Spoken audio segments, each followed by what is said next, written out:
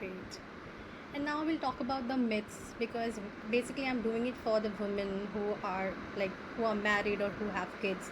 So like many believe that women cannot work after marriage and kids and so many responsibilities. So did you face this also, and how can we change this narrative like? Hmm.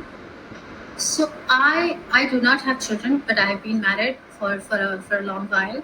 Um, I I do not think that all of it is should come on women. I mean, if you are if you're a married woman, you also have a husband who also owe a lot of things to the household. So in our traditional culture, I think women take most of the responsibility of care work, be it taking care of the home or taking care of the children or taking care of the elderly, be it your own parents or your in-laws.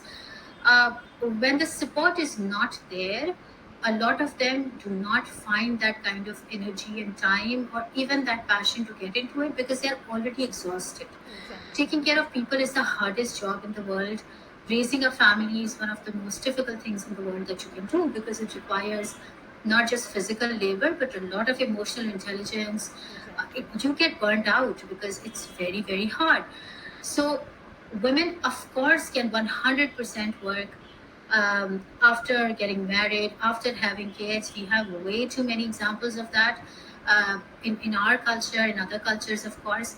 But at the same time, the missing piece of puzzle is that family support and Exactly. making sure that they understand that she's a woman, she's a mom, but she's also a human being with ambitions, with dreams, with a career, with a degree, with education, with a lot of skills.